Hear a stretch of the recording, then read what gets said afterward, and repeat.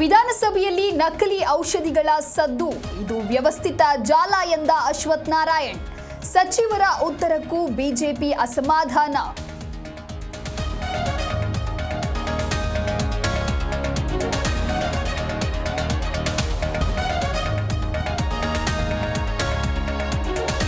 Current ಶಾಕ್ನಿಂದ ಮಹಿಳೆ ಸಾವು ಪ್ರಕರಣ, ಸ್ಥಳಕ್ಕೆ ದೌಡಾಯಿಸಿದ ಸಚಿವ ಜಮೀರ್ ಅಹಮದ್. ಸಚಿವರ ಮುಂದೆ ಸ್ಥಳೀಯರ ಅಸಮಾಧಾನ.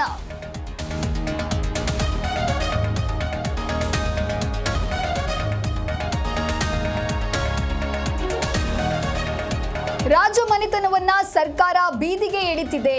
ಅರಮನೆ ಮೈದಾನದ ಜಮೀನು ಸ್ವಾಧೀನಕ್ಕೆ ಮುಂದಾಗಿದೆ. ಕಾಂಗ್ರೆಸ್ನಿಂದ ದ್ವೇಷದ ರಾಜಕೀಯ ಎಂದ ರಾಮುಲು.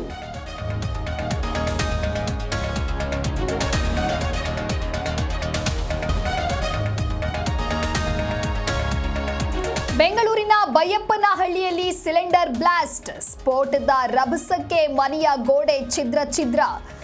6 ಮಂದಿಗೆ ಗಂಭೀರ ಗಾಯ, ಮುಂದುವರೆದ ಚಿಕಿತ್ಸೆ.